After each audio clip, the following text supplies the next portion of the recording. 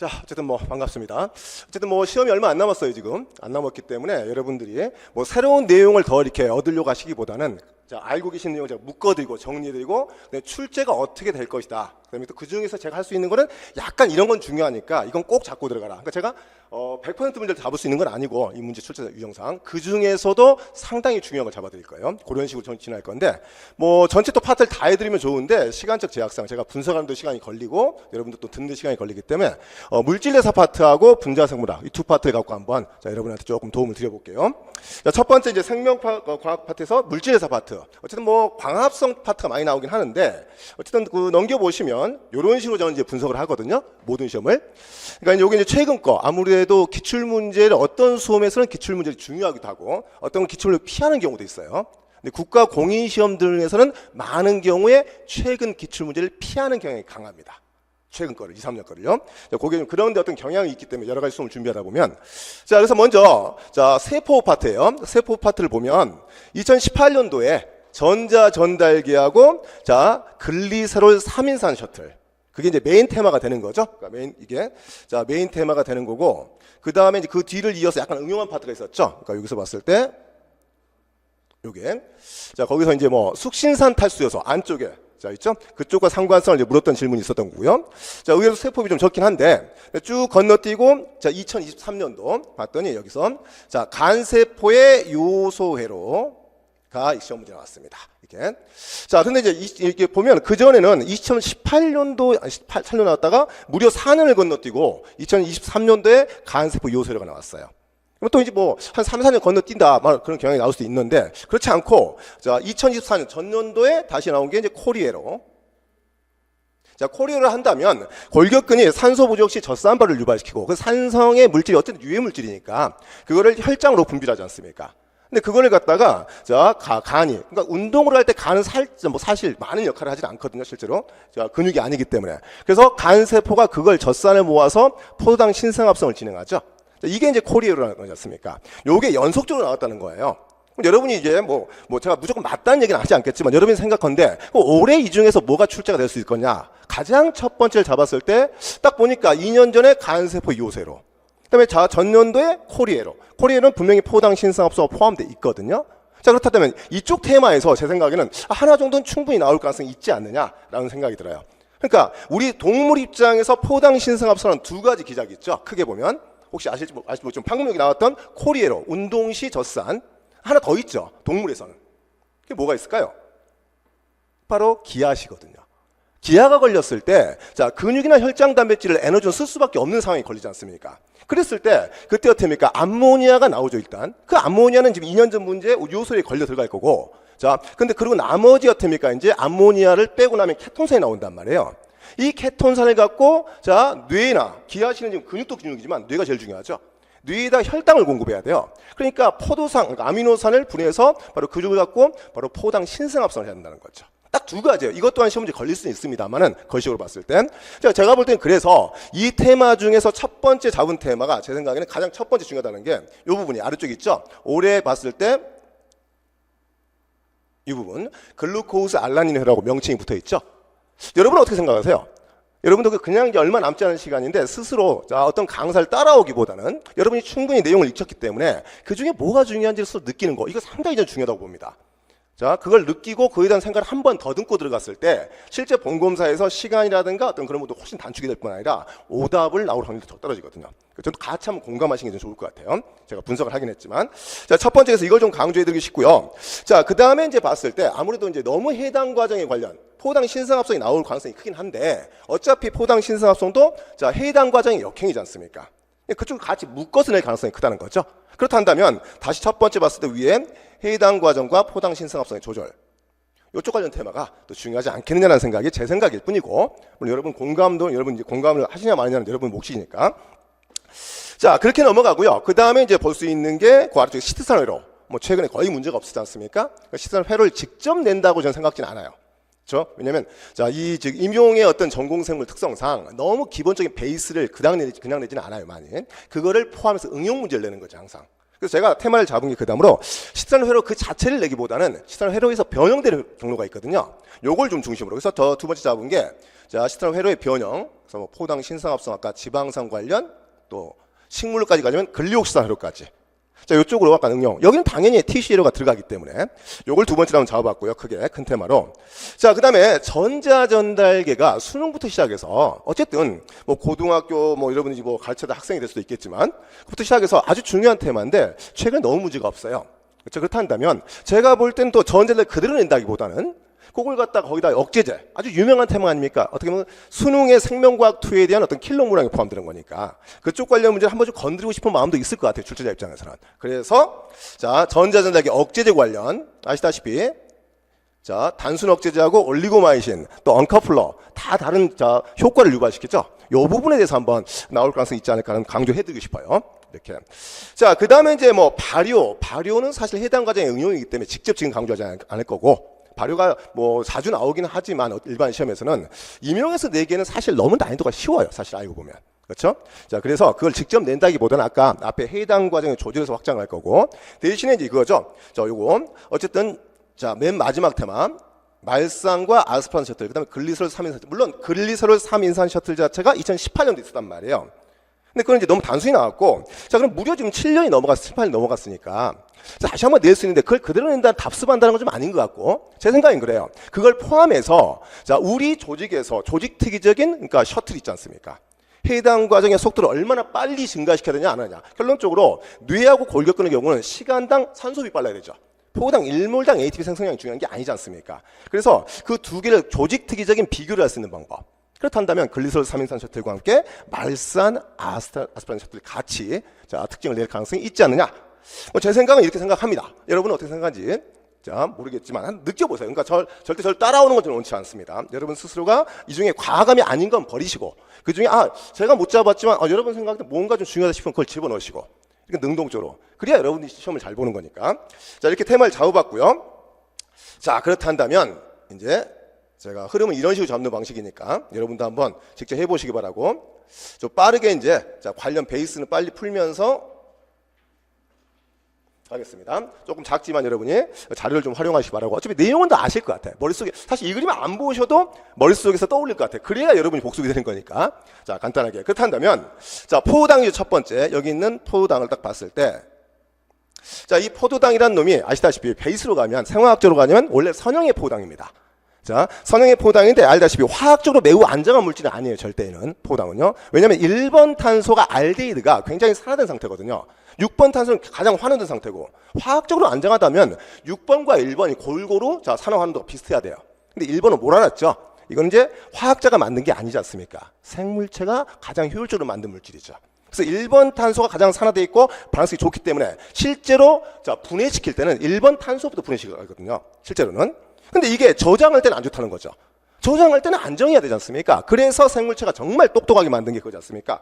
이게 생물체 물에 녹게 되면 자연스럽게 효소 없이 알아서 헤미아스탈 그룹이라는 걸 만들죠. 그 단어가 사실 나올 것 같지는 않은데 그 느낌을 아실 것 같아서. 자, 그래서 화학적으로 왜 효소 없이 스스로 만들어지느냐? 그렇죠. 불안정한 1번 탄소가 자, 환원되면서 안정화된다. 그래서 고리를 만들었다는 거예요. 그래서 모든 다당류는 이 고리형 포당의 중합체가 됩니다. 그러나 해당 과정이라는 건 뭐냐? 이거는 분해하는 게 목적이에요, 지금. 그러니까 이 고리 상태가 안 좋은 거죠. 그래서 해당 과정이라는 거는 글라이콜라이시스는 그 고리형당을 깨고자 하는 게 목적 아니겠어요?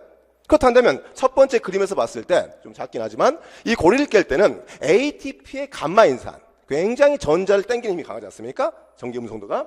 자, ATP의 감마인산을 가져다가 자, 양쪽에 붙인 제가 이제 이론 시간에 그런 얘기를 하죠. 조선시대 자, 역적을 죽이는 방법 육실알 몸을 찢어 죽인다. 그런 느낌이지 않습니까? 그러니까 전자를 가장 잘 당기는 ATP 감마인산을 포도당의 1번 탄소에 알코올계에다 하나 붙이고 6번 탄소에 알코올에다 붙이면 양쪽에서 전자를 끌어당길 거 아니에요. 실제로 3번과 4번 탄소의 공결합이 매우 약화됩니다. 거기를 끊어버리면 되거든요. 그렇다면 탄소는 4개 이상부터 고리를 만들기 때문에 자, 탄소 3개짜리 고리를 못 만들지 않습니까? 이게 목적이라는 것입니다. 자, 그런 목적에서 흐름을 빠르게 넘길 겁니다. 그래서 첫 번째 단계 보시면 자, 포도당에다가 자, 헥소카이네이즈가 자, ATP의 자, 인산기를 떼어서 자, 포도당 6인산으로 바꾸겠죠? 6번 탄소. 자, 그런데 이 다시 1번 탄소 또한 또 인산화 시켜야 됩니다. 그래야 이게 양쪽 끌리니까 전자가. 그런데 1번 탄소가 고리의 공명구조 안에 포함되어 있는 탄소예요. 그렇다는 얘기는 공명구조는 전자가 많이 풍부하게 존재한다는 거죠, 상대적으로. 그러니까 거기 1번 탄소의 알코올기는 쉽게 이온화가 되지 않습니다. 그래서 어쩔 수 포도당 1번에다가 다시 인산화 시키고 싶어 하는데 그게 안 되니까 어쩔 수 없이 생물체가 진화 과정에서 하나를 진화시키는 게 있죠. 과당, 플라코즈. 사실 과당은 중합체를 못 만들어요. 아시다시피 설탕까지만 만들지 그 다음부터 단결합에 참여할 수 있는 마지막 알코올기가 뒤에 없습니다. 그래서 비환원당이지 않습니까, 설탕이. 그렇기 때문에 과당은 아주 비효율적인 당이거든요. 근데 왜 생물체는 그 오랜 시간 동안 그걸 만들어놨느냐. 자, 가장 대표적 이 부분이지 않습니까? 바로 포도당 유기인산에서 1번 탄소를 또 인산화시킬 수가 없다는 거. 왜? 1번 탄소는 고리 공명구조에 포함되어 있는 탄소고 전자를 풍부하게 받고 있기 때문에 이온화가 될 수 없다는 거. 하여 개의 구조 이성일체인 과당 유기인산으로 바꾸는 과정이 필요하죠. 그래서 헥소스 아이소머레이즈가 다시 어떻습니까? 이렇게 과당 유기인산으로 바꿔줍니다. 자, 그렇다면 과당에서는 1번 탄소가 고리의 공명구조 외부로 빠져나가요. 그러니까 거기는 어떻게 전자가 풍부하지 않았기 때문에 알코올기가 이온화가 잘 됩니다. 하여 그 유명한 포스포프록토카이네즈 1이 드디어 ATP를 이용해서 인산화시켜서 과당 162인산을 만들어내고 있죠. 여기서 이게 딱 과당 162인산 그림을 보면 이 구조상에서 양쪽에 전자를 당기고 있는 느낌이 확 오잖아요, 이제.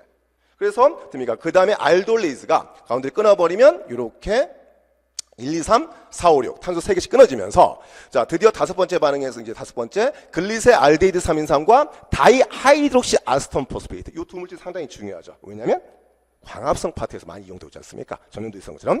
근데 이 두 물질 근데 둘 다 잘 보시면 잘 꼬나보고 계시면 둘 다 구조 이성체예요. 3탄당입니다. 자, 그렇다면 글리세 알데히드 3인산과 그 다음에 어떻습니까? 다이하이드록시 아스톤 포스페이트 효소는 달리 구분하거든요. 길쭉이 크니까. 그러니까 두 라인의 분해 요소가 존재해야 됩니다.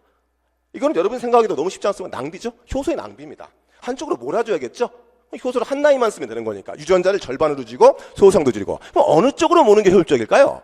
자, 특징은 그렇습니다. 글리세 알데히드 3인산은 1번 탄소, 말단 탄소가 가장 발행성이 큰 알데히드예요. 거기서부터 전자를 뽑아낼 거란 말이에요. 근데 글리세 알데히드 3인산에서 말단의 알데히드 전자를 뽑아내게 되면 자 그러면 그 다음 남는 유기물이 한 덩어리입니다. 다음 요소는 하나가 필요한 거예요.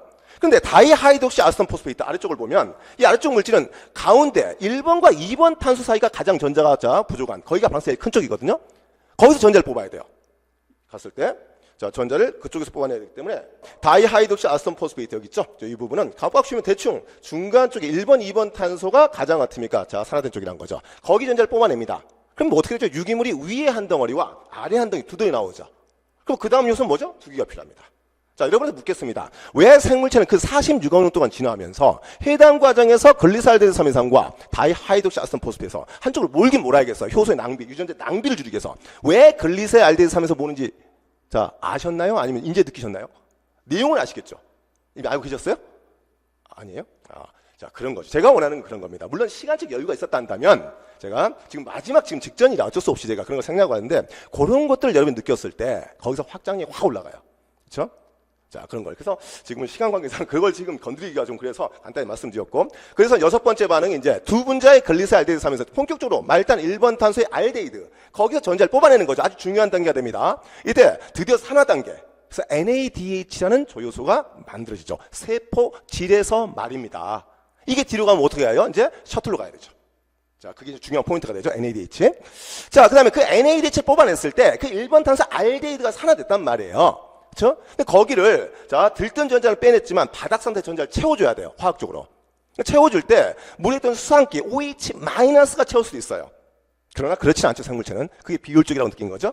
뭘 채우죠? 무기인산, PO4-를 채우죠. 그 수산기를 붙이는 거하고 자 거기다 인산기를 붙이면 무슨 차이인데 바로 기질순을 인산에 의한 ATP 1몰의 생성 여부가 달라지지 않습니까? 그러니까 둘 다 실제 화학적으로 둘 다 가능해요. 자, 수산기나 자 무기인산. 근데 결국 어떻게 무기인산을 붙여줌으로써 1,3-비스포스포 글리세산을 만들어주죠. 그리고 그때 들떠버리지 않습니까? 카르복스탄기 때문에 쪽에. 그러면 이제 그때 그걸로 기질 수준 인산 하나가 만들어지고 두 분자가. 그리고 나서 다시 수산기가 붙은 거와 마찬가지. 자, 두 분자의 3-포스포 글리세레이트가 만들어지게 되는 거죠. 자, 그럼 이제 3-포스포 글리세레이트 요거 자 3번 탄소 인산이 붙어 있습니다. 그 인산은 언제 붙은 거냐면 자, 준비 과정에서 1번과 3번 단계에서 ATP 두 분자를 이용해서 인산화시킨 거예요. 찢어버리기 위해서. 근데 두 분자의 3-포스포 글리세린 그 인산기가 굉장히 덩치도 큽니다. 생물학적으로 봤을 때. 그다음에 음전화가 심해요. 인산기는 이게 미토콘드리아를 들어갈 때 엄청난 방해 요소가 됩니다. 음전화 심하기 때문에. 그렇죠? 자, 그래서 요거를 떼야 됩니다. 그래서 너 떨어져. 근데 어차피 들어올 때 ATP가 들어왔으니까 나갈 때도 가능한 에너지 낭비를 최소화하기 위해서 ATP 형태로 나가야겠죠. 그렇다면 얘를 들띄워야 됩니다. 다시 한번. 그렇죠? 근데 이제 들뜨기 할 때 보면, 들뜨는 과정에서 보면 거기에 지금 3번 탄소가 꽤나 수소가 많이 붙어 있어요. 그래서 꽤나 환원된 탄소입니다. 그렇기 때문에 거기 인산이 들뜨지 않아요. 그래서 자, 2번 탄소는 수소가 적거든요, 하나? 그러니까 2번을 옮겨줘요, 같은 자리에서. 그래서 2포스포 글리세산을 만들어내죠. 자, 그렇다 하더라도 2번 탄소에 수소 하나가 전자를 주고 있기 때문에 전자가 아직 인산기가 들뜨질 않아요. 그래서 소위 그 유명한 에노라 반응, 알코올을 빼면서 전자를 밑으로 몰아버리는 방식이죠. 그게 어떻습니까? 에놀 반응을 통해서 포스포 에놀 피루산이 만들어지지 않습니까? 그죠? 자, 그럼 드디어 2번 탄소에 수소가 하나도 없어요, 이제. 그러니까 거기 있던 인산기가 들떠버리죠. 고에너지 인산결합을 만들어냅니다. 그걸 다시 기질수는 인산으로 2개 ATP를 뽑아내면서 마지막 최후의 피루산. 근데 피루산을 딱 쳐다보고 있으면 또 재밌어요. 피루산이 1번 탄소 가장 산화돼 있어요. 카르복산기야. 3번 탄소 완전히 풀로 포화돼 있어요. 메틸기야. 이런 화학적으로 말도 안 되는 구조예요. 불안정한 구조예요. 생물체는 이렇게 만듭니다. 왜요? 어차피 미토콘드리아 들어가자마자 1번 탄소는 탈카르복실가 돼야 돼요. 거기에 전자 풍부해버리는 공기압이 강하면 안 끊어지지 않습니까? 그러니까 화학자들은, 그러니까 아인슈타인, 물리학자 누가 오더라도 생물의 이물질은 못 따라가요. 그 효율성을. 그러니까 좀 물리학자나 그런 분들이 막 이렇게 유명한 누굴 얘기하면 저는 웃고 있죠. 야, 우리 생물체 진짜 효율적인데. 저거 막 꿈도 못 꾸는데. 이렇게 그런 느낌. 지금 이 시간 짧은 시간에 여러분 그걸 느끼면 생물학이 더 재밌어질 거예요. 그리고 여러분이 나중에 여러분 제자들 가르칠 때 이런 느낌을 갖고 와주면 생물학이 다른 접근법을 눈을 띄워주는 거죠. 그렇죠? 저도 이제 다양한 학생들 가르쳐봤지만 그런 부분이 좀 필요해요. 사실. 자, 그래서 한번 빠르게 한번 전개했고요. 자, 그 다음에 모식도긴 합니다만 밑에, 그래서 이제 기본적인 뒤에 이제 여기다 해당 과정부터 시작해서 발효까지 넣기 위해서 첫 번째 밑에 그림을 보면 먼저 정상적인 산소흡이 일어날 때 첫 번째가 되겠습니다. 여기 부분, 요 그래프를 보시면 어차피 해당 과정 일반 조직에서는 주조절 단계가 있죠. 주조절 단계, 다단계 효소 반응에서 1, 3, 10번이 자유에너지가 극단적으로 커요. 자, 발열 반응 쪽으로. 그렇다는 얘기는 이건 역반응이 너무 힘들다는 거죠. 자, 거기서 비가역 반응이라고 그러죠. 그래서 생물학계에서 비가역 단계가 주조절 단계일 수밖에 없어요. 왜냐하면 그 단계 효소를 억제시키면 역반응 어차피 못 일어나는 거니까. 그렇겠죠? 그래서 1, 3, 10번이 주조절 단계가 되겠습니다. 근데 1번의 헥소카이네즈는 이 효소가 꼭 여기만 관여하는 게 아니고 다양한 다른 6탄 단계도 관여하고 있거든요. 그러니까 자, 여기를 억제해버린 다른 억제도 같이 영향을 받기 때문에 보통은 3번 단계. 자, 과당인산 카이네즈만. 그렇죠? 인산과당, 인산효소라고 하죠. 우리 이제 캠벨 버전으로는. 자, 거기가 주조절 단계. 그래서 요게 좀 중요한 포인트가 될 것 같은 생각이 들어요. 일단 키를 잡아놨고요. 자, 그래서 그 단계에서 그 빨간색 그래프가 보여주는 게 요 단계입니다. 여기서 물질 제가 모식도 나타냈지만 이 단계에서 물질 뚝 떨어지죠. 주조절 단계가 rate limiting step 아닙니까? 가장 느린 단계예요. 그렇기 때문에 제가 모식도로 앞쪽 물질이 좀 쌓이고 뒤쪽 물질이 적다는 표현을 한 거고. 자, 그러나 두 번째 그래프를 갔을 때 갑자기 근육 중에서 산소가 결핍됐다. 산소가 결핍되었다는 얘기는 결국은 전자전달기에서 NADH 전자를 받아주지 않는다는 거지 않습니까? 그렇다면 결론적으로 좀 장거리 돌긴 하지만 세포질의 NAD 플러스도 공급이 안 된다는 거죠. 그러니까 갑자기 레이트 리미팅 스텝이 바뀌는 거죠. 왜? NAD 플러스가 전자를 받아내야 할 부분은 6번째 단계이지 않습니까? 그 단계가 이제 멈추는 거죠. 그래서 두 번째 그래프를 보면 산소 결핍 시 6번째다 제가 여기다가 물질 양을 털 잡아놨죠. 자, 이해하시겠죠? 어떤 의문인지, 의도인지는. 자, 그러면 이런 상황이 걸렸을 때, 자, 대표적으로 골격근이, 크레도팀이니까, ATP를 만들어야겠고, 자, 해당 과정을 통해서 기질순위 인산화 2개 ATP를 포당으로 만들어낼 수 있지 않습니까? 그 부분이라도 열심히 돌려보자. 라는 느낌을 갖겠죠? 자, 그래서, 그럴 때. 그러면, 이 산소 결핍 시 해당 과정이 못 일어나는 원인 딱 두 가지예요. 자, 방금 말씀드렸던 6번째 NAD 플러스가 공급이 안 되는 이 과정하고 마지막 그림에서 보면 그 부분이에요. 그러니까 산소 결핍 시 근육에서 해당 과정이 못 일어나는 이유는 6번째 NAD 플러스라는 조효소 부족이고 두 번째는 해당 과정의 마지막 산물 피루부산이 원래는 미토콘드리아에 들어가줘야 되거든요. 그게 못 들어가 쌓여 있는 거죠. 이 두 가지가 문제예요. 여러분 생각할 때 그러면 근육이 어떻습니까? 이 해당 과정 마이너도 열심히 돌려보겠다. 그래서 기질순위 인산화로 ATP를 만들어 보겠다. 근데 그 작정을 했을 때 그 두 가지 문제점을 해결하는 가장 효율적인 방법이 뭘까요? 가장 심플한 방법이에요. 바로 세포지에 있던 NADH를 그냥 마지막 산물 피루부산에 줘버리는 거죠. 그렇다면 피루부산은 피루부산이 아니게 되는 거고 NAD 플러스는 NAD 다시 돌아오는 거고 이거보다 효율적인 방법은 없어요. 따로따로 해결하면 더 복잡하죠. 그래서 그 맨 밑에 여기 그래프를 잘 보시면 조금 엉성하게 그리긴 했지만 자 여기 이 부분을 좀 주목해 보시면 어떤 의미인지 느낌 오실 거예요. 세포질 자체에서 자 미토콘드 사용 없이 그대로 자 6번째 NADH를 뽑아내서 그걸 갖다 피루부산에다가 자 넘겨주고 있죠. 그러니까 여기서 NADH의 최종 전자 수용체는 2단계에서 뭐가 되냐면 바로 피루부산이 되는 거죠. 그렇죠? 그래서 그게 젖산이라는 물질이 되는 거지 않습니까? 이 젖산을 가지고 있으면 안 되겠죠. 그러니까 바로 세포 밖으로 분비하게 된다는 거지 않습니까? 이렇게. 그러니까 유산균, 젖산균은 바로 뭐 세포 밖으로 분비하는 거고 사람의 근육에서는 어쩔 수 없이 혈장에다 분비하는 거고. 그렇죠? 그래서 혈장에서 그걸 주워 모아서 놀고 있던 간. 너무 또 오버하지 마시고 이 운동 시 놀고 있다는 의미, 약간 휴식을 한다는 거죠. 간에서 포당 신성하면서 살게 될 것이다. 자, 이렇게 한번 잡아두시면 느낌이 좀 잘 잡히시라 보고요. 자, 그다음에 다음 페이지로 넘어가 봅시다. 자, 그렇단다면 조금 그림이 좀 커지긴 했네요. 자, 그래서 이제 그 중에, 아까 방금 말씀드린 전체 그림이었고, 그 중에 유의를 따는 겁니다. 자, 1번이 헥소카이네이즈. 여기가 이제 어떻습니까? 자, 비가역 단계이기 때문에 주조리 요소가 될 가능성은 있다. 근데 일반적으로 그렇지는 않다는 거죠. 이제 간에서는 약간 가능성이 있는데. 자, 그래서 이제 무슨 얘기냐면, 여기서 보면, 자, 일단은 첫 번째 헥소카이네이즈, 헥소우스카이네이즈. 육탄당 등을 인산화시킨다는 거죠. 꼭 포당이 아니더라도. 그렇죠? 만노수라든가 기타 등등도. 자, 근데 보시면, 자, 헥소카이네이즈도 근육 특이성이 있습니다. 그래서 헥소카이네이즈가 뭐 1, 2, 3계열까지는 굉장히 활성이 좋은 놈이에요. 1번 단계에서. 그래서 보시면 여기에, 자, 근육의 한 예로서 헥소카이네이즈 1. 뭐 상당히 활성이 좋죠? 자, 기질인 포당 농도가 올라갈 때 재빠르게 효소활성이 올라가고 있다는 게 보이지 않습니까? 활성이 좋다는 거 알 수 있겠지 않습니까? 반면에 글루코카이네이즈, 헥소카이네이즈 4에 해당됩니다. 이게 그냥 굳이 하자면 4인데 요거는 이제 포도당, 혈당 조절에 관련한다 그래서 이제 예명, 별명이 글루코카이네이즈가 되겠어요. 얘를 보면 약간 그 상대적으로 활성이 낮죠? 그죠? 그 이유는 자, 무조건 높다고 좋은 게 아니라는 겁니다. 왜냐면 간이나 또는 시상하부나 또는 소장이나 췌장의 베타세포나 이런 애들은 자, 혈당이 있다고 무조건 흡수하면 되는 게 아니에요. 걔는 자, 혈당을 센서 역할도 해야 되죠. 필요에 따라서 간은 약물의 저장과 또 흡수 및 방출도 해야 되지 않습니까? 그러니까 흡수만 너무 잘해버리면 안 됩니다. 하여 걔는 헥소카이네이즈 4 가장 활성이 안 좋은 애. 그래서 예명이 글루코카이네이즈, 혈당 조절에 관련되니까. 걔인데 약간 이제 S자 모양으로서 그러니까 알로스틱 효소 뭐 어차피 맞긴 맞는데 거기다 추가적으로 뭐 지구상에 없는 그래프긴 하지만 제가 그 강조하기 위해서 자, 과당 유기인산이라는 놈이 증가됐을 때 더 활성이 감소한다. 어쨌든 자, 우리 온몸에서 간과 뭐 적혈구, 그러니까 적혈구는 이제 핵이 없으니까 일단 제껴놓고 간이 포당 신성합성 한다는 거죠. 그 이유는 아시다시피 알고 계시지 않습니까? 해당 과정에 나오는 에너지 산물로 그대로 역행해서 자, 포당 신성합성 할 수가 없어요. 아까 1, 3, 10번의 비가역 단계를 우회시켜야 되기 때문에 그때 에너지가 더 들어가기 때문에 그러니까 웬만한 단세포들은 절대 포당 신성합성하지 않습니다. 다세포는 우리 몸에서는 이제 그렇다도 그 ATP를 소모하더라도 간에서 젖산을 흡수해 주는 게 더 효율적이니까 에너지 쓰면서 하는 것 뿐이죠. 자, 그런데 그 경로를 우회시킬 때 그때 어떻습니까? 이제 1번 단계는 공간적 격리가 생겨요. 그래서 어차피 간세포를 하더라도 방금 말씀드렸던 헥소카이네이즈가 세포질이 있거든요. 그렇죠? 근데 그 역반응을 시키는 게 글루코스 6 포스파테이즈도 있어야 되거든요. 근데 둘이 같은 장소에 있어 버리면 문제가 생겨요. 자, 그렇죠. 내렸는데 포당 유기산 다시 해서 포당. 이거 뭐 하는 짓이에요? 계속 ATP 소모되면서 말이 안 되겠죠. 그래서 공간적 격리가 일어납니다.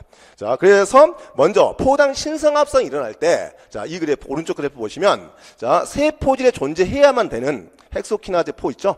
요 놈을 자, 과당 유기산 포당 신성합성 때 많이 올라오는 농도가 증가하는 과당 유기산 요 놈이죠.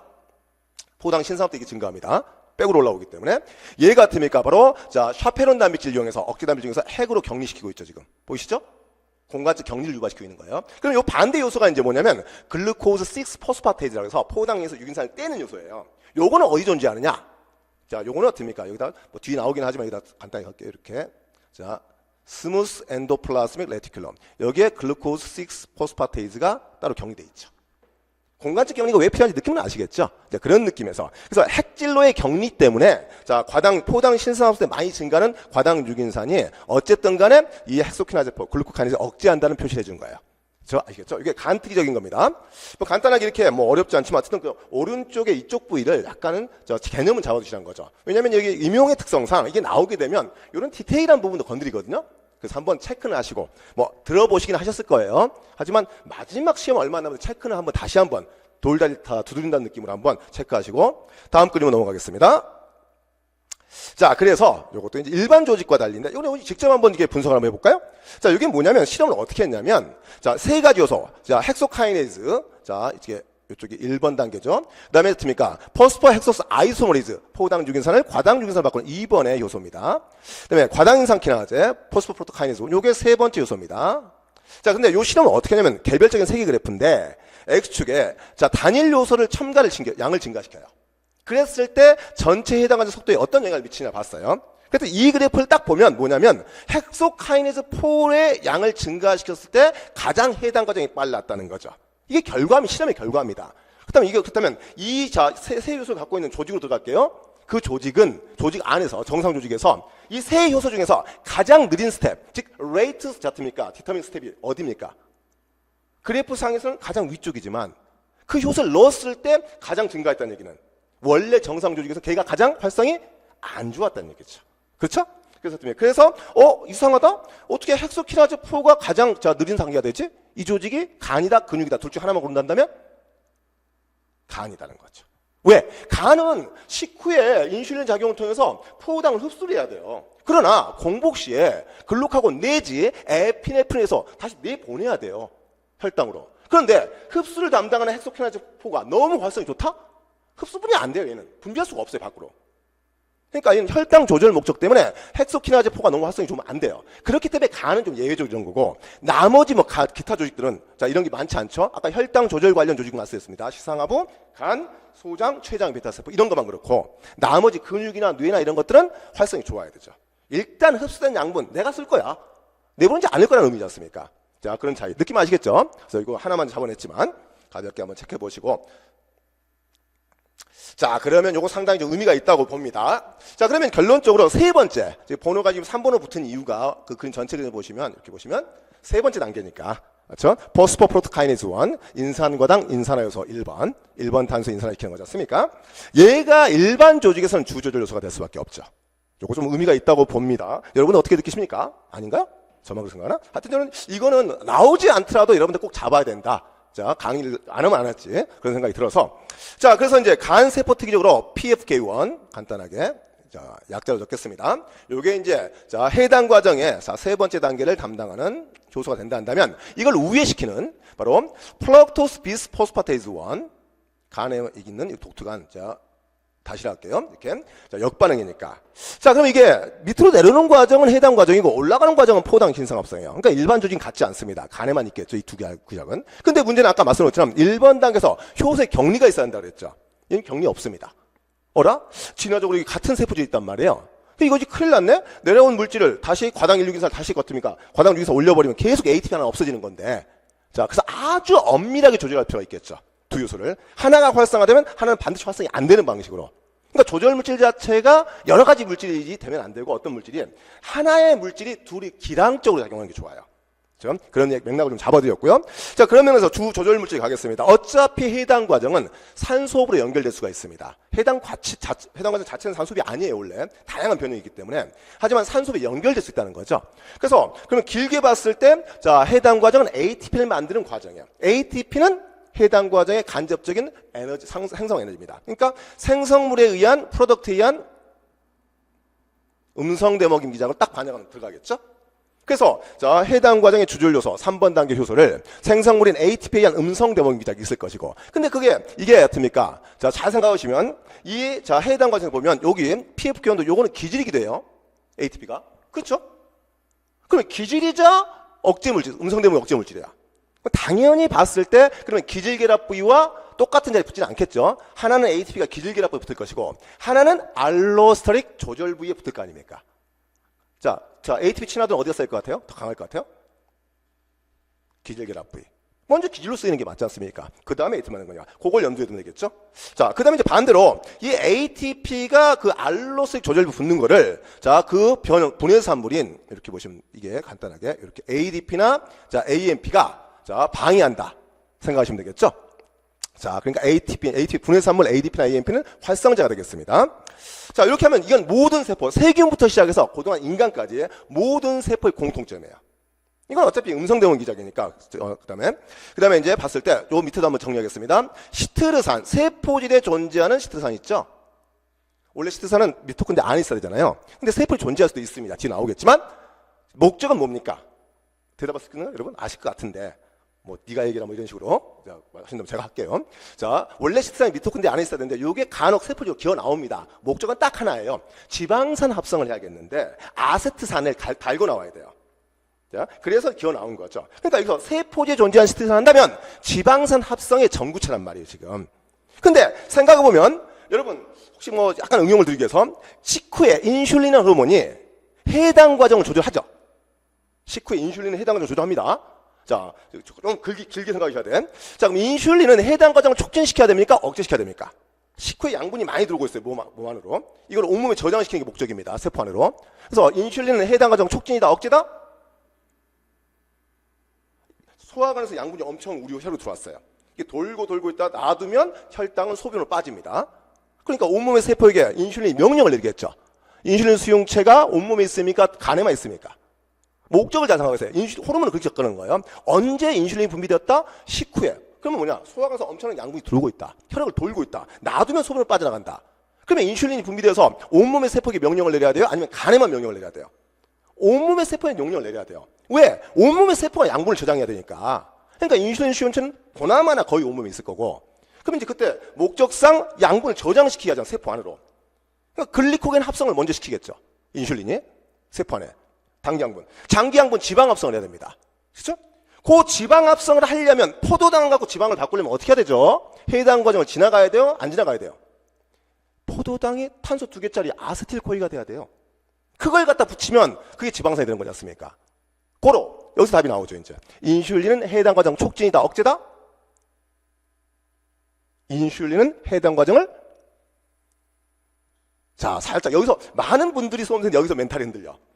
그러니까 제가 접근법 그거예요. 너무 좁게 보지 말라는 거야. 크게 보면 그 안에 여러분 머릿속에 답은 있거든. 자, 근데 그걸 너무 좁게만 정리하고 있으니까 그런 부분이 틀리는 건데 다시 한번 잘 생각해 봐요. 그러니까 어차피 목적상 인슐린은 혈장에 있던 양분을 세포 안으로 저장하게 만든단 말이에요. 그게 목적이란 말이에요. 그냥 단기 양분이니까 먼저 포도당을 흡수해서 글라이코겐을 저장을 한다 이겁시다. 글리코겐 합성성을 통해서. 근데 남는 포도당은 지방으로 바꿔서 장기 양분을 저장해야 한단 말이에요. 근데 포도당을 지방으로 바꾸려면 포도당을 어떤 식으로든 아세틸코이 탄소 2개째로 바꿔야 돼요. 그걸 연결시켜야 지방산이 되는 거니까. 그냥 포도당을 갖다가 자 탄소를 쪼개서 탄소 3개짜리 피루부산, 그 피루부산을 미토콘드리아에 집어넣어서 더 탈탄산시키면 탄소 2개짜리 아스산, 그게 아세틸코이 아닙니까? 그걸 들고 나오는 게 시트산이고. 자, 여기서 인슐린은 해당 과정 촉진이다, 억제다? 촉진할 수밖에 없죠. 그러니까 이걸 애우는 게 아니에요. 거신 흐름 안에서 자연스럽게 맥을 잡아줘야죠. 그렇죠? 인슐린은 해당 과정 촉진입니다. 그래서 지방합성 그런 맥락이 되는 거고. 그래서 여기서 지금 다시 돌아왔을 때 시트산은, 그러니까 세포지에 존재하는 시트산은 해당 과정의 생성물이라 해도 무방하죠. 조금 먼 얘기긴 하더라도 인정하시겠습니까? 해당 과정의 생성물이에요. 그러니까 또 음성 대목인 기작이에요. 알로스 조절로. 당연히 자 어떻습니까? 그래서 ATP가 생성물이니까 음성 대목임. 자, 세포제 시트산도 결국은 해당 과정 생성물이니까 음성 대목인 기작. 물론 물질이 다르기 때문에 알로스 결합부인 둘이 다르겠지만 인정하시겠습니까? 여기까지는 정리가 됐는데 좀 가장 좀 난해하다라고 싶은 게 그 옆에 있던 요거죠. 자, 과당 2,6인산 요 놈이 살짝 나왔을 때 조금 난해할 수 있습니다. 자, 그래서 미리 말씀드리면 과당 1,6인산 말고요. 과당 2,6인산이죠. 2번 탄소에다가 인산기를 달았는데 일반적으로 뭐 일반적인 물질이 아니지만 아주 미량의 조절 물질입니다. 얘는 뭐 어떤 목적이냐면 이 과당 2,6인산은요. 미리 한마디로 제가 한 단어로 말씀드리자면 호르몬이죠. 호르몬의 자 2차 전달자라고 보시면 되겠습니다. 그러니까 나머지 방금 앞에 얘기했던 애들은 전부 다 딱 모든 세포가 공통점이거든요. 근데 과당 2,6인산 얘기는 조금 다를 수 있어요. 조직 특성이 생길 수 있습니다. 이렇게. 어쨌든 과당 2,6인산은 인슐린 방금 말씀드렸죠. 인슐린이든 글루카곤이든 에피네프린이건 이런 애들이 호르몬의 신호 전달을 통해서 세포 내 과당 2,6인산을 자 양을 조절하게 돼 있어요. 이제 그 효소가 자 PFK1이 아니고 2죠. 2번 탄소 인산화시켰으니까. 당연히 플럭토스 비스포스파트 1이 아니고 2겠죠. 이 두 라인인데 자 이걸 통해서 호르몬이 그 두 효소를 건드리는 거예요. 그래서 과당 2,6-2인산의 양을 조절하게 되는데, 결론적으로 미리 말씀드리면, 자, 결국 과당 2,6-2인산은, 자, PFK1의 활성이죠? PFK1의 활성은 얘가 뭘 만드는 겁니까? 과당 1,6-2인산을 만드는 거지 않습니까? 그러니까 과당 2,6-2인산은 미량의 조절 물질은 과당 1,6-2인산을 증가시킨다. 이렇게 정리하시면, 자, 관련 효소가 어떻게 조절받는지 알겠죠? 과당 2,6-2인산은 PFK1을 활성화시킨다. 알로스틱 방법으로. 그래서 과당 1,6-2인산을 합성을 촉진시킨다. 그러니까 해당 과정 촉진이 일어난다. 이렇게 정리하시면 일단 매듭은 잡힐 것이고, 자, 상당히 좀 의미가 있습니다. 자, 다음 페이지 한번 넘어가서 그러면 좀 여러분 그림에는 이제 자, 큰 그림이나 같은 그림이 있지만 저는 자, 어차피 파워포인트라 좀 넘길 수밖에 없으니까. 자, 그래서 앞에 했던 얘기 PFK1의 활성 조절에서 아까 이제 얘기는 했으니까 제가 쪽 오른쪽에 모히또를 한번 그려봤어요. 여러분 좀 느낌을 좀 잘 받게 하기 위해서. 실제로 자, 어떻습니까? 해당 가지 10개 효소 중에서 1, 3, 10번 그 중에 3번이 주절 요소고, 3번이 주절 요소는 이유는 생물학적으로 알로스테릭 조절 단백질 많이 갖고 있다는 거예요. 나머지 이래서 뭐, 자, 2번이나 4번이나 5번, 6번 단계 요소는 그냥 여러분이 알고 있는 마이크스 멘텐 요소예요. 조절 부위가 없습니다, 따로. 그렇죠? 그러나 주절 요소, 자, PFK는 이거 말고도 더 있어요. 자, 그런데 간단하게 모시도록 제가. 그래서 아까 정리할게요. 자, PFK1입니다. 간세포 중심으로. 자, 얘는 또 마그네슘이 자, 보조인자로 있습니다. 이것도 미리 한번 전체를 한번 정리해 볼까요? 우리 생물체 안에서 이가 양이온이 필요한 요소들이 있어요. 왜 그러냐면 음전화성 물질을 잡아야 되거든요. 그러니까 인상기, ATP 등등등. 그렇죠? 그러니까 DNA 중합에서 DNA 분해 요소, RNA 중합에서 RNA 분해 요소. 그렇죠? 그다음에 카이네이즈, 반대가 포스파테이즈지 않습니까? 이런 요소들은 어차피 이가 양이온이 필요해요. 그래서 한쪽은 효소에 결합되고 보조인자가, 한쪽은 양자를 남겨서 이게 인상기 음전을 잡아내야 된단 말이에요. 자, 그러면 세포 내에서 이가 양이온 가장 유명한 게 칼슘 아닙니까? 근데 칼슘을 쓰면 안 돼요. 왜? 칼슘은 평상시 정상세포가 세포질이 고농도 있으면 안 되는 게, 걔가 저 분비소량의 외포작용, 신호전달계 활성, 난리를 치겠죠. 그러니까 평상시 때는 자, 주로 어디다 숨겨놓습니까? 칼슘을. 세포 밖으로 분비한 경우도 있죠. 그러나 세포 밖으로 분비했을 때는 아주 효율적인 방법은 아닙니다. 특히나 강물이나 바다에 사는 이런 애들은 그 이온이 거기 남아있질 않아요. 흘러가 버리죠. 그래서 가장 기본은 세포 내에 저장하는 게 가장 효율적이죠. 먼저죠. 그게 어디죠? 소포체. 발변소포체. 여기에 서카를 통해서 저장해 놓지 않습니까? 자, 그러니까 필요할 때만 잠깐 나오지 않습니까? 그러니까 평상시 때 세포질 요소가 이가 양이온으로 칼슘을 쓸 수가 없다는 거 인정하시겠어요? 그래서 그럼 이가 양이온이 필요한데 인산기를 잡는 요소는 뭘 써야 됩니까? 마그네슘을 쓰는 거죠. 그래서 그러면 깔끔하게 제가 한번 말씀드렸죠. 아까 몇 가지를 전부 다 쭉 확인해 보시면 다 확인했겠죠, 제가. 단 하나도 예의 없으면 전부 마그네슘을 갖고 있어요. 인산기 잡는 요소는 DNA 중합, DNA 분해, RNA 중합, RNA 분해, 그다음에 카이네이즈, 포스파테이즈 계열 전부 다 마그네슘입니다. 자, 아시겠죠? 그렇게 한번 살짝 혹시나 해서 아주 중요한 포인트는 아니지만 이렇게 가볍게 한번 잡아드린 거고. 자, 그리고 나서 이제 갑니다. 어쨌든 위로 가서 활성 부위 단백질에 가면 어차피 이중 기질이에요. 자, 과당 6인산이 첫 번째 기질이고, 그다음에 ATP가 두 번째 기질입니다. 이중 기질이죠? 자. 그래놓고 얘 기능은 어떻습니까? 과당 6인산에다 ATP를 인산화시켜서 과당 1,6인산을 만들겠죠. 그럼 생성물이 만들어지면 얘가 떨어져 나가야 되죠. 효소학적으로, 자, 효소입니다. 화학이 아니고 효소학적으로, 자, 됩니까? 효소가 기질과, 자, 효소 기질 복합체를 만들죠. 그때 결합은 공결합인가요? 아니면 비공결합인가요? 효소학적으로? 너무 또 뭔 얘기인가? 자, 간단하면 답은 여러분 모를 수 있어요. 자, 만약에 기질과 효소가 공유결합으로 ES 복합체, 즉 효소 기질 복합체를 만들었다 칩시다. 그럼 생성을 바꿨어요. 떨어져 나가야겠죠. 공유결합이래요. 안 떨어지잖아요? 답은 우리는 모를 수 있죠. 이렇게 찾아가는 거예요. 그래서 자, 효소 기질 복합체 이룰 때 절대 비공유결합입니다. 그럴 수밖에 없어. 그래야 이게 이탈되니까. 자, 그런 거고. 자, 거기서 확장을 좀 해봤고요. 그 다음에 이제 정말 중요한 조절로 가겠습니다. 그래서 아까 말씀드린 쉬운 걸로 먼저 갈게요. 자, 알로스틱 조절 단백질이 이쪽에 따로 있다 그랬지 않습니까? 지금 요게 지금 이쪽 라인을. 그래서 간단히 멋있더긴 하지만 ATP가 결합돼 줌으로써 여기는 기질 결합 부위고요. 여기 치라도 세다 그랬고 여기가 좀 낮다 그랬죠. 자, 그래서 ATP가 붙었을 때 산물이니까 알로스틱 억제를 한다는 표시를 해드렸고. 자, 근데 이걸 붙는데 ADP 내지 AMP, ATP 분해 산물이라고 보겠죠. 얘가 그 결합 부위를 방해를 하죠. 그러니까 노의 노는 예스가 되면서 ATP나 AMP는 자, PFK는 활성을 증가시킨다. 자, 반대 왼쪽으로 갔을 때, 자, 왼쪽으로 갔을 때 아까 중요한 과당 2,6인산이란 조절 물질은 바로 결국은 과당 2,6인산은 과당 1,6인산을 증가시킨다 잡아놓으자 했죠. 그러니까 활성제입니다. 자, 이렇게 달라붙어서 자, 과당 1,6인산을 만드는 걸 활성시키는 거니까 이렇게. 자, 근데 이 과당 2,6인산 신호는 뒤에서 언급이 되겠지만 간단히 결론만 잡아볼까요? 과당 2,6인산을 활성화시키면, 그러니까 양을 증가시키면, 그렇죠? 증가시키면 결국은 과당 자 16인산을 만드는 PFK 활성이었습니다. 해당 과정 촉진입니다. 자, 그러면 퀘스천 제 위에 집어넣습니다. 호르몬 둘 중에 하나를 고릅시다. 하나는 인슐린, 하나는 글루카곤. 둘 중에 하나만 골라볼게요. 자, 먼저 자 이렇게 위쪽에 과당 16인산 합성을 증가시키는 PFK2를 활성화시키는 애가 호르몬이 인슐린입니까? 글루카곤입니까? 자, 위쪽 라인 요걸 제가 말씀드린 거예요. 요거 지금 여기 보시면 요 부분입니다. 요게 호르몬이 무엇일까? 인슐린이나 글루카곤 둘 중에 하나를 고른다 한다면 뭐가 나올 것 같습니까? 머리 좀 아프시죠? 하지만 지금 정리하세요. 인슐린, 글루카곤 둘 중에 하나를 고른다. 인슐린. 아까 말씀드렸죠. 인슐린은 해당 과정을 촉진시켜서 지방 합성을 시켜야 한다고 그랬죠. 그래서 얘는 인슐린, 신호는 뒤에 나오니까 결론만 미리. 저는 항상 이렇게 개요를 먼저 잡고 알맹이를 채우는 방식 쓰거든요. 자, 그다음 반대로 이제 얘를 과당 16인산 감소시키는, 분해시켜버리는 이제 있죠. 플락토스 비스포스 2긴 한데 걔를 촉진시키는 게 바로 글루카곤 되겠습니다. 그래서 간에서 해당 과정 그만해 포당 신상합성을 해야 되는 거야 지금. 이건 조건이지 않습니까? 그렇죠? 자, 그 다음에 아까 맞서봤던 또 스트레산 합성, 스트레산도 결합한 부위가 있겠죠? 그건 심플하니까 정리했고 이렇게. 자, 그래서 일부러 좀 이 그림을 제가 멋있게 그린 이유를 아시겠죠? 자, 뭐 지구상에 없는 그림인데 제가 일부러 다닥다닥 붙여갖고요. 그 내용을 한 번에 압축시키기 위해서 그린 그림이니까. 자, 포크 앤 나이프. 포크가 또 기질결합 부위. 제 책임이 좀 창피해서. 자, 거기 포크가 이제 기질결합 부위가 나타낸 거고, 여기가 나이프가 촉매 부위입니다. 실제 두 개가 있는데 이건 효소학에서 건드릴 부분이라 여기서는 생략을 하겠고요. 어쨌든 이 내용에서 왼쪽으로 가게 되면 왼쪽 그래프가 나오죠. ATP가 생성물입니다. 아니 기질일 수 있어요. 그렇죠? 결론적으로. 그런데 봤더니 자 우리가 알로스 S자 모양으로 PFK 활성이 올라가는데 자 ATP가 이 농도까지 갔을 때는 올라가더란 걸 활성이.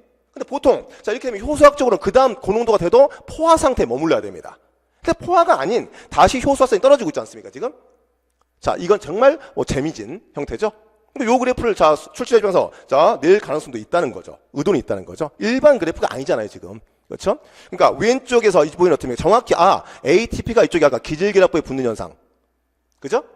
그런데 오른쪽에서는 ATP 양이 더 높아지는데 효소성이 떨어지고 있지 않습니까? 이건 뭐예요? 고농도 ATP가 알로스 조절 억제부에 결합하는 현상. 요걸로 해석이 깔끔하게 정리되죠? 자, 이렇게 재미나게 한번 정리하시면 되겠습니다. 자, 이렇게 해서, 자, 세 번째 가장 중요한 효소를 잡아냈고요. 자, 그래서 조금 이렇게 너무 애우려고 하지 마시고 가볍게만. 실제로 그래서 우리 생물체가 자, 진화하면서 그래요. 간에서 해당 과정과 포당 신상 둘 다 일어날 수 있는데 그 두 효소를 담당하는 웬만한 거는 효소를 격리시켜야 되는데 세 번째 단계 효소는 격리가 안 되더라는 거죠. 어쩔 수 없이 진화적으로. 그래서 엄밀하게 조절하기 위해서 신호 전달을 통해서 자, 그래서 실제로 보면 PFK2, 2라는 거, 1은 그 해당 과정 효소고 2가 과당 26인산을 만드는 효소 아닙니까? 자, 번호가 뭘 의미하는지 알겠죠? 근데 자, 플럭토스 비스포스파트 2, 얘도 2가 인산기를 떼는 요소예요. 이 둘은 실제로 동일한 신호에서 둘 중에 하나만 활성입니다. 기량 효과예요. 이렇게. 자, 이렇게 간단히 있는데 그래서 이제 인슐린 아까 갈게요. 인슐린이 자, 식후입니다. 자, 그러면 이제 인슐린의 수용체는 신호 전달로 봤을 때 물질 파트는 아니지만 성장인자 수용체 계열입니다. 왜냐고요? 인슐린의 기능 중에 하나는 세포 분열 촉진이 있어야 돼요. 어떤 경우죠? 아까 더 확장합니다. 자, 세포 내 글라이코겐 합성 촉진, 장기양분 지방 합성 촉진. 근데 꽉 찼어. 그런데도 불구하고 양분이 남아.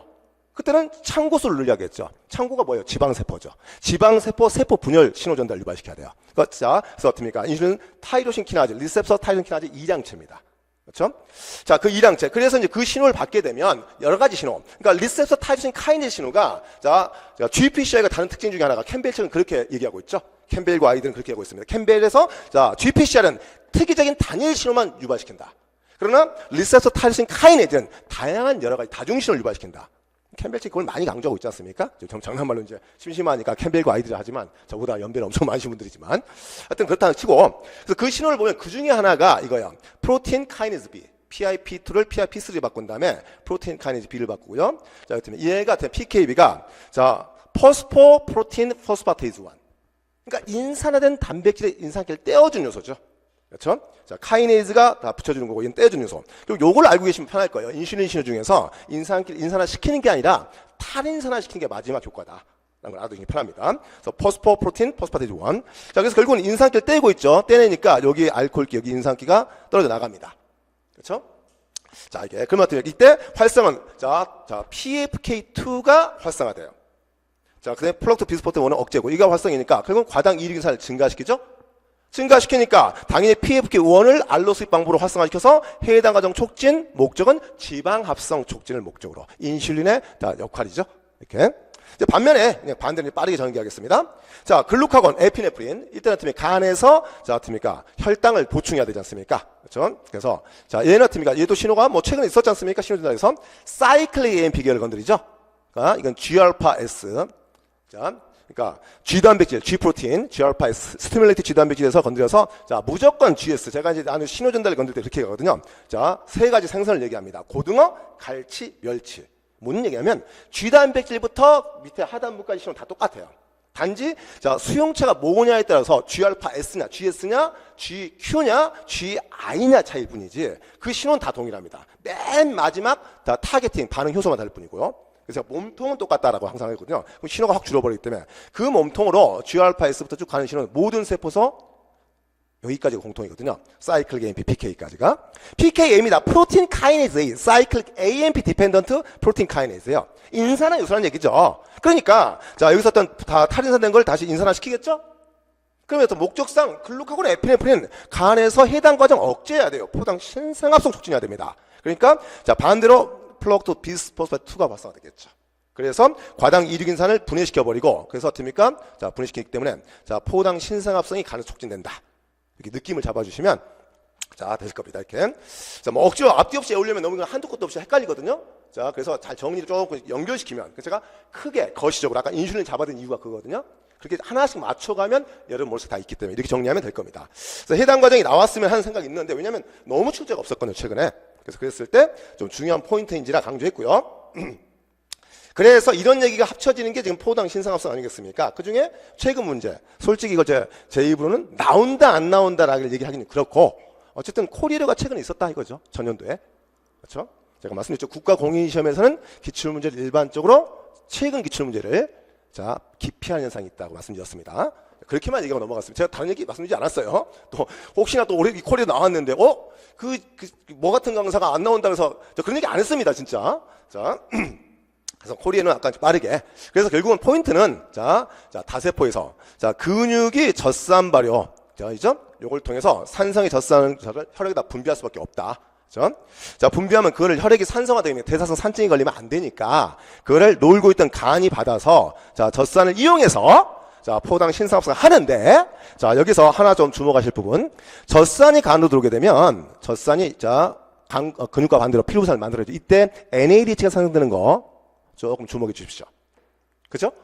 자, 반대입니다. 근육하고. 자, 그리고 나서 이제 아까 포당 신생합성 올라갈 때 이때 자, 평균 ATP, GTP를 똑같이 봤을 때 해당 과정에서는 어떻습니까? 두 개 ATP를 만들었습니다. 기술순위산으로. 이걸 그냥 GTP를 ATP 봐서 두 개 쌤 치고 네 개 ATP를 더 썼죠.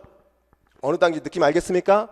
두 개 물질인 어떻습니까? 바로 피루부산이 PP로 갈 때 비가역 반응을 역행시켜야 되니까 인산할 때 하나씩 붙어야 되고 그 반을 유발시키기 위해서 또 ATP 하나 더 써야 돼요. 그렇죠?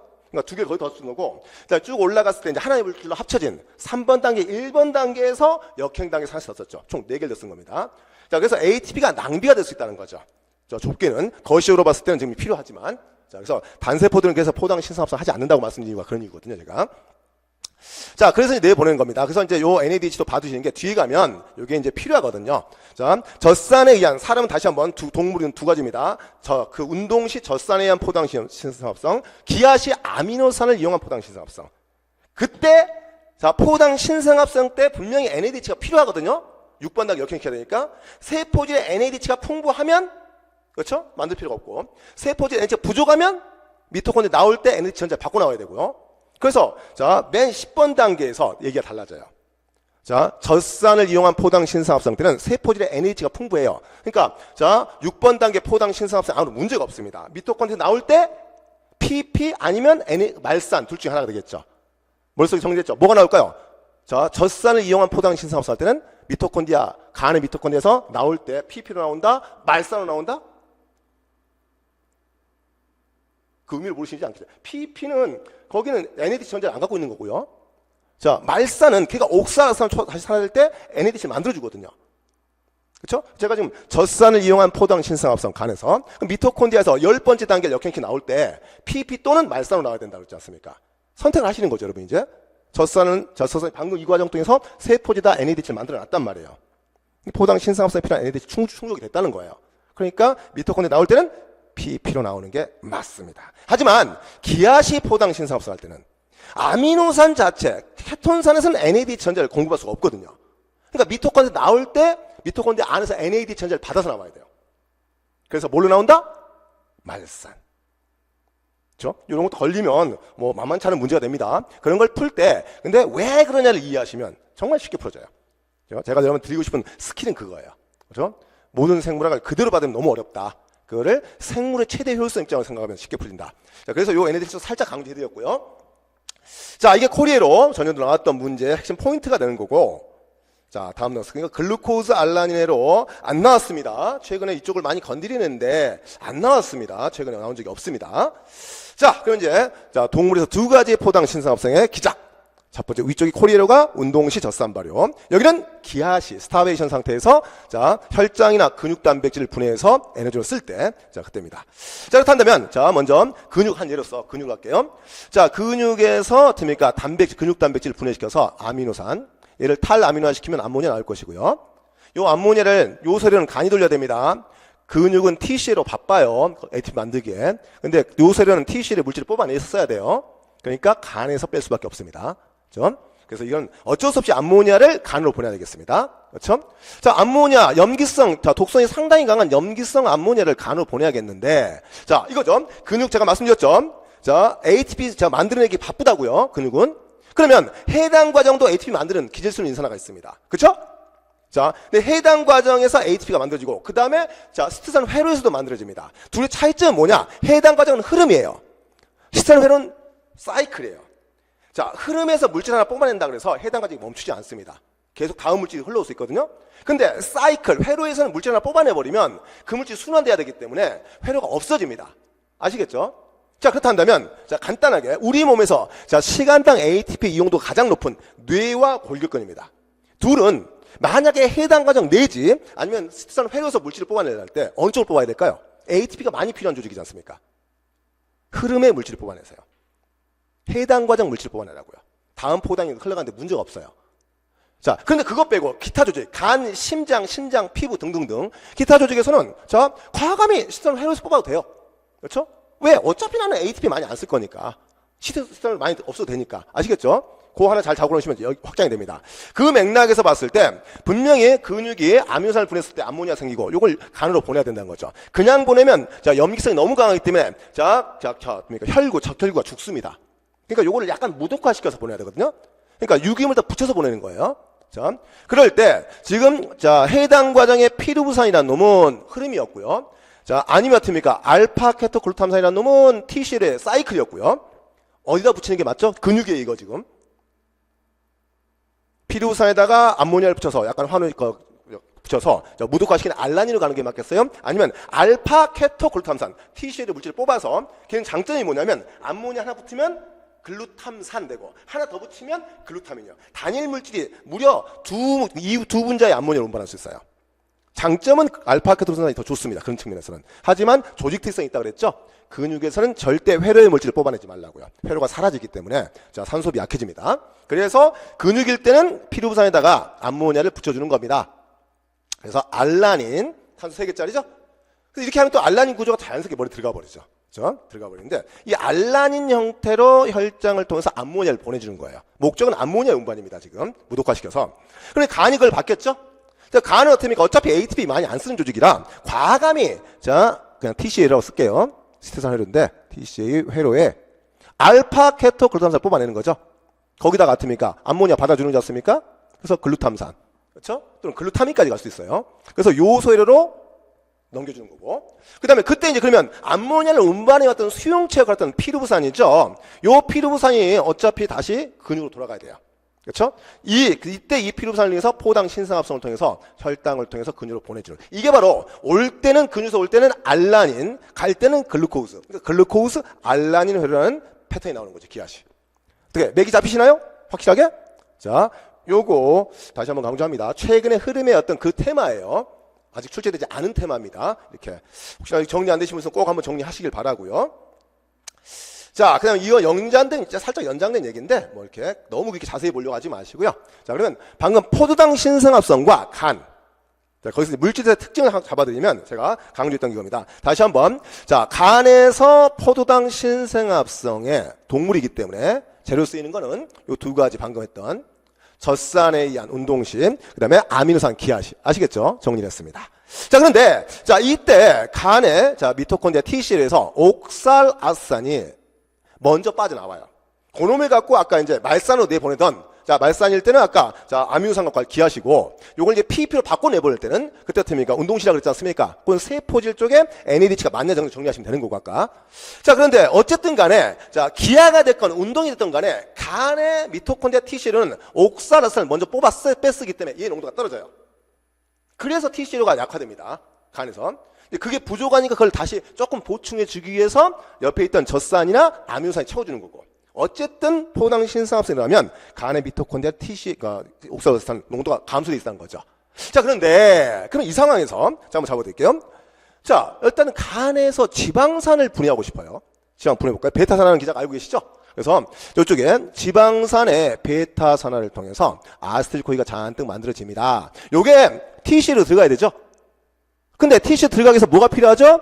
옥살아스산이 필요하죠. 그게 수용치지 않습니까? 근데 지금 이 상황에서 옥살아스산이 부족하지 않습니까? 어라? 지방산의 베타산화로 만들어진 아세틸코이가 자, 간에 TC로 들어갈 수 없다는 거 인정하시겠어요? 그럼 이게 누적이 됩니다. 그러면 쌓이겠죠? 자, 이 조건은 포당신성이 쌓입니다. 그럼 이때, 자, 친화도가 안 좋긴 하지만, 어쨌든, 자, 얘가, 자, 아세토아세트산 합성요소에 의해서 케톤체가 돼요. 탄소 4개짜리 C4입니다. 자, 그러니까 아세트산, 아세틸코이 2개 붙였으니까, 지방산 분해 산물이긴 한데요. 이거 굉장히 수용성이 큽니다. 맨 끝에는 카르복산기, 가운데는 케톤이에요. 아세토아세트산이니까. 그렇죠? 이거 지방산 변형 산물인데 탄소 4개짜리로 굉장히 수용성이 커요. 그래서 이게 뇌 등에 들어가는데 공급되는 아무 문제가 없습니다. 결국은 지방산의 분해 산물로 뇌 등에 공급하기 적합한 물질로 바뀌는 게 바로 자, 혈장 케톤산, 즉 아세토아세산이 되는 거죠. 인정하시겠어요? 자, 지금 포당 신생합성이 일어날 때 간에서 지방을 이용해서 산소를 쓸 수가 없다는 경로를 잡아놨고, 그럴 때 그 특이적인 요소가 아세토아세산 형태가 돼서 바로 뇌에 양분을 공급한다는 거. 물론 평상시 때는 지질단백질, 그렇죠? 요걸로 운반하죠. 그러니까 결국은 자 우리 동물에서 자 간이나 지방 세포에 있던 자 지방을 전신으로 보내는 방법. 평상시 때는 지질단백질입니다. 그러니까 LDL 같은 거 기억나시죠? 요걸로 보내요. 그런데 자 이 포당 신생합성 같은 경우 기아 같은 거 걸려버리면 요럴 때는 그거 말고도 부족해요. LDL은 뇌로 못 올라가거든요. 뇌혈관 장벽 때문에. 그러니까 지방산 분해 산물을 못 받아요. 그럼 뇌가 죽을 수는 없잖아, 기아시. 그럴 때를 대비해서 진화된 게 바로 지방산을 분해하되 아주 수용성이 커서 뇌혈관 장벽을 통과할 수 있는 바로 아세토아세산을 바꾸는 거죠. 정말 똑똑하게 진화되어 있는 겁니다. 그래서 그래프상에서 다음은 단식 이후 시간의 흐름에 따라서 자 혈중 지방의 어떤 지방산의 변형 산물의 그래프를 나타내는 것이다. 먼저 혈중에 올라가는 게 자 됩니까? 지질단백질이에요? 아니면 케톤산이에요? 단식 시간의 흐름에 따라서 먼저 혈중에 지방산 변형 산물의 농도가 올라가요. 혈액에서. 그거는 자 지질단백질입니다. 그런데 더 기아가 더 걸려버리면 그때 포당 신생합성이 걸렸을 때 그때 바로 케톤산이 증가하게 되죠. 뒤에서. 그 그래프가 은근히 긴가민가 하거든요. 그럴 땐 딱 이렇게 정리하시면 돼요. 이 부분. 그래서 거기까지 한번 던져둔 거죠, 같이. 그래서 자 포당 신생합성 시 간의 미토콘드리아에 왜 옥살아산이 감소한지를 다 자연스럽게 잡고 그러면 거기서 파생을 한번 시켜보라는 거죠. 자 이게 자 그럼 이게 스테론 회로의 변형이 될 수 있기 때문에 살짝 응용을 해드렸고요. 자, 그래서 결론 내리겠습니다. 자, 동물. 하도 뭐 이게 임용은 또 식물을 좋아해서 동물만 강조하기 그렇지 않습니까? 그래서 다시 한번 동물에서 포당 신생합성의 경로는 2개가 있다. 자, 첫 번째 운동시 젖산, 두 번째 기아시 아미노산. 이건 기아라고 굳이 표시하자면. 자, 그러면 이번에 식물은 어떨 것이냐? 식물은 3가지 경로가 있어요. 자, 식물은 첫 번째 그 유명한 자, 어떻습니까? 광합성의 어떻습니까? 바로 켈빈에로. CO2 갖고 그거 어떻게 포당 만드는 거지 않습니까? 그거 어떻습니까? 분명히 포당 신생합성이거든요. 자, 그래서 어떻습니까? 첫 번째 CO2 고정 요게 자 켈빈에서 CO2를 이용한 포당 신생합성. 이게 첫 번째 기작이고요. 자, 동물은 없겠죠. 이건 당연히. 두 번째가 아까 자 어떻습니까? 지방산을 이용한 포당 신생합성. 그렇죠? 이렇게. 자, 요거는 어떻습니까? 요게 사람한테 없어요. 지방산을 아까 LDL이나 아세토아세탄 형태로 좋은 운반법이 있거든요. 그걸 뭐하러 당을 만들어 갖고 지방산 갖고 안 되죠. 근데 식물은 그게 안 돼요. 왜냐하면 식물은 뿌리부터 줄기가 워낙 멀잖아. 그래서 자 순환 기관기가 없고 통도 조직기 아닙니까? 그 긴 물관체관에서 왜 이름이 체관이에요? 체판이 있잖아요. 체공이 있잖아요. 그 왜 작은 구멍이에요? 거기가 찢어지면 포식자에 뜯기면 거기를 위아래를 막아야 되거든요. 그러니까 작은 구멍이 그게 바로 체판의 체공 아닙니까? 근데 그 체공을 혈구가 지나갈 수 있다? 없죠. 체공이 작으니까. 그러면 지질담배 지나갈 수 있다? 없죠. 그렇지 않겠어요? 그러니까 식물 입장에서는 한 세포가 가지고 있던 지방성 물질을 다른 세포로 운반하는 방법이 있어서 지질담배를 절대 쓸 수가 없다는 거. 인정하시겠어요? 그럼 뭔가 다른 방법이 있어야 되지 않습니까? 그게 바로 어떻습니까? 그걸 전담해 주는 게 지방산을 포도당 신생합성의 재료로 쓰는 거죠. 그게 바로 그 유명한 지방산을 위한 글리옥시즘의 글리옥시단 회로지 않습니까? 그걸 통해서 지방산을 이용한 포도당 신생합성, 그리고 어차피 아미노산을 이용한 포도당 신생합성 세 가지. 그러니까 아미노산을 이용한 포도당 신생합성은 동물과 식물의 공통점이 되는 건데, 동물은 어쨌든 젖산 발효가 있기 때문에 젖산 발효 시 하나 더 더해주는 거고, 식물은 아예 켈빈 회로, 그 다음에 지방산을 이용한 포도당 신생합성. 요거 좀 상당히 좀 중요한 포인트가 될 수도 있어요. 식물은 워낙 중요하기 때문에 출제자들이. 자, 살짝 한번 병행으로 한번 정리되었습니다. 자, 이렇게 넘어가시고요. 자, 그럼 이제 아까 다시 또 최종 정리해서 포도당 신생합성 간특기적일 수밖에 없다는 말씀을 드렸고, 어차피 에너지 낭비가 될 수 있기 때문에. 자, 그래서 경림. 하여튼 효소 이름을 외우지는 않더라도 해당 과정에서 10번째가 피루산 카이네이즈거든요, 이게. 자, ATP 하나 만들어냅니다. 근데 요걸 공간 격리를 시킨다고 그랬죠? 자, 미토콘드리아에서 피루산을 미토콘드리아에서 먼저 피루산 카르복실화 요소. 그래서 CO2를 달아줘야 되니까, 그래서 옥살산을 만드는데, 요걸 만드는데, 그때 중합 에너지가 필요해요. 그렇죠? 왜냐면 탄소 3개짜리 피루산에다가 CO2를 다는 거는 엔트로피의 감소거든요.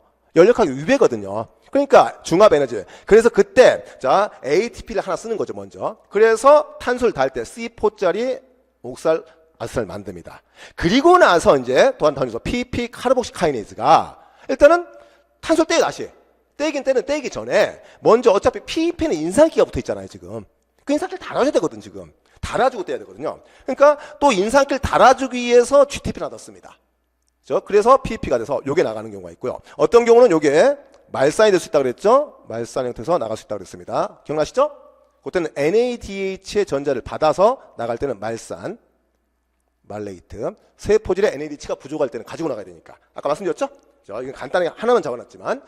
자, 이렇게 해서, 그래서 PEP로 나간다, 일반적으로. 이건 지금 운동식 중심이기 때문에. 그렇죠? 만약에 기하시는 말산으로 나가야 되고요. 자, 그래서 다시 포당 신성 쭉 따라 올라가고, 그래서 다시, 여기서 2개 더 썼고요. 여기서, ATP가 소모됐는데, ATP가 만들어지는데 다시 가수분해. 그러니까 내려갔다 올라올 때 ATP 하나 없어지는 거지 않습니까, 지금? 이 단계에서 또 ATP 하나 소모. 첫 번째 단계, 또 공간적 격리가 있다 그랬죠? 소포체에서 다시 글루코 6포스파테이즈가 ATP가 소모했는데 나올 때 다시 ATP를 즉시 가수분해, 무기인산으로. 자, 이렇게. 그래서 여기서 하나, 여기서 둘, 여기서 두 분자니까 셋, 넷. 4개의 ATP를 더 쓰는 경우가 된다는 거죠. 그래서 해당 과정과 포당 신사합성은 단순 가역이 아니라는 거죠. 그렇죠? 자, 이렇게 한번 정리하시고, 당연히 왼쪽에 아까 말씀드린 해당 과정 촉진은 인슐린의 프로틴 포스파테이즈 1. 그 다음에, 포당 신상합성 간특기적 글루카곤과 에피네프린 계열. 거시로 잡아주시면 되겠습니다. 자, 이렇게 잡아서 정리가 됐고요. 자, 요거 하나만 좀 더 하고 이제 잠깐 쉬죠 가질 건데, 자, 그러면 5탄당 인산으로, 사실 레어 아이템입니다, 솔직히. 그래서 내가 가능성이 높다라고 해서 강조 하나 안에 의미는 없는 것 같고, 하지만 혹시나 해서 맥만 잡아두고 빨리 넘겨버릴게요. 자, 어차피 5탄당 인산으로도요 해당 과정의 변형입니다. 그러니까 발효도 해당 과정의 변형이고 지방산 합성도 해당 과정의 변형이고, 그래서 제가 해당 과정을 산소호흡에 직접 포함시키지 말라 했던 이유가 그런 이유거든요.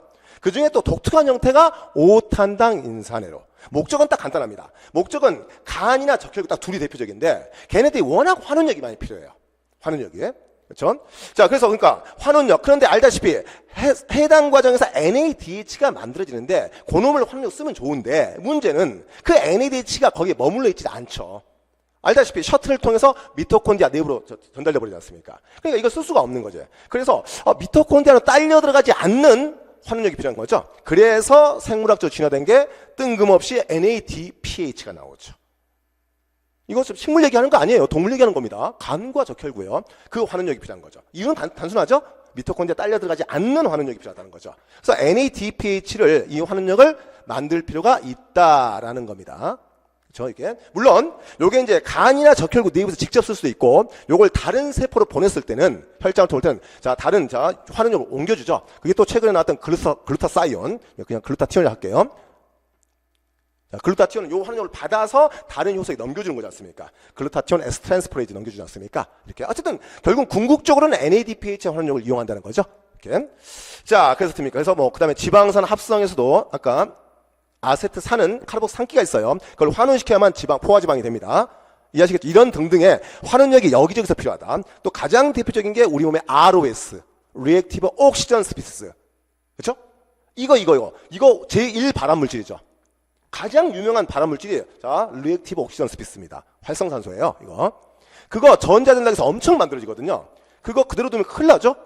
그래서 그걸 따로 격리시켜서 무독화시키는 세포 내 막성 소위관 뭐죠? 하이드로전 포옥사이드를 전담해서 환원시키는 포옥시움 아니겠습니까? 그게 따로 있는 이유가 거기군요. 그래서 그런 맥락에서 보면 포옥시움 위치를 잘 생각해 보시면 걔는 항상 미토콘드리아가 염록체 주변에 붙어 있습니다. 자, 같은 맥락으로. 자, 어쨌든 그런 이제 환원력이 필요하다는 걸 제가 이렇게 말씀드린 거고요. 그럼 이걸 만들어내야겠다는 거죠. 자, 근데 이제 만들 때, 자, 해당 과정에서 첫 번째가 글루코스가 ATP 써서 포당 6인산 됐습니다. 여기까지는 해당 과정 공통이거든요. 근데 여기서 이제 어떻습니까? 쪼개는 게 아니고 결론적으로 포도당의 1번 선형으로 표시하자면 1번에 알데히드가 있다고 그랬습니다.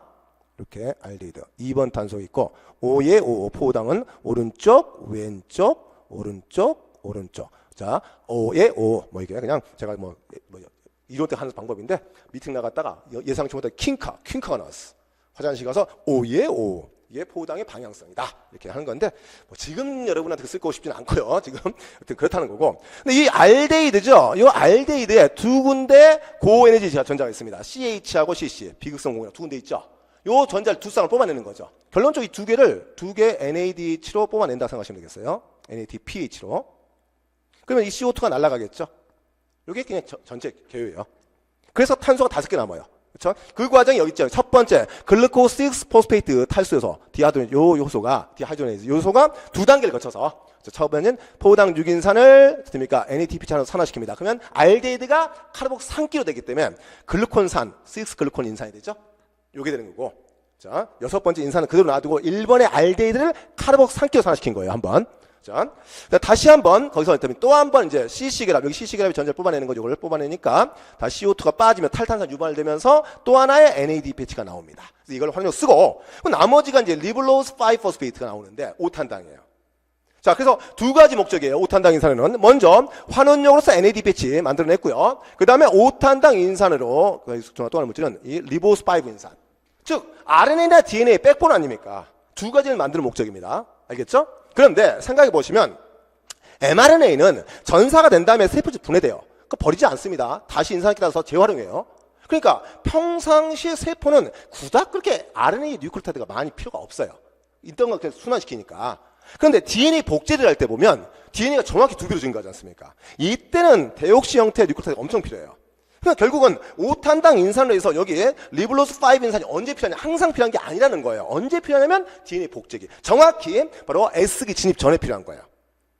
그 외에는 별로 필요가 없어요. 그러니까 문제가 되는 게 오탄당 인산으로가 간에서 환원력인 NADPH와 그다음에 오탄당 뉴클레오타이드 백본을 만들었지만 이 물질 소모량이 똑같지 않다는 거야. 한쪽이 쌓인다는 거죠. 누적이 됩니다. 그래서 산화적 단계를 넘어서 요거를 오탄당 인산을 탄소를 우회시켜서 다시 포당 6인산으로 가는 거죠. 물론 중간에 과당 6인산으로 넘어가는 건데 개수는 단순합니다. 그러니까 보면 여기 6 곱하기 6개 50짜리 30이죠? 그다음 산화시키면 어떻습니까? 5 곱하기 60 탄소수는 맞거든요. 효소방이 복잡하긴 하지만 그 중간에 이제 과당 6인산 만들어서 보내는 건데 요게 이제 비산화 단계 이해하시겠어요? 자, NADPH는 빨리 소모가 되지만 오탄당은 많이 소모가 안 되기 때문에 그걸 다시 순환시키는 방법으로 있다. 요게 이제 정리하시면 되겠습니다. 그래서 두 가지, 여기 환원력의 증가, 오탄당의 생성. 하지만 소모 수도는 다르다는 느낌만 잡고 계시면 될 것이고 관련 요소는 포당 6인산의 키나제가 아니고 아이소모레이즈가 아니고 바로 탈수요소입니다. 그래서 그거만 정리하고 넘어가시면 되겠어요. 자, 여기까지가 이제 정리됐고요. 자, 그다음에 일단 끊고 여기까지 설명 쉬는 시간을 갖고요. 그 다음 이어서 다음 테마 이제 주제가 바뀌었으니까 그쪽 넘어가도록 하겠습니다. 잠깐 10분만 쉬었다 진행할게요.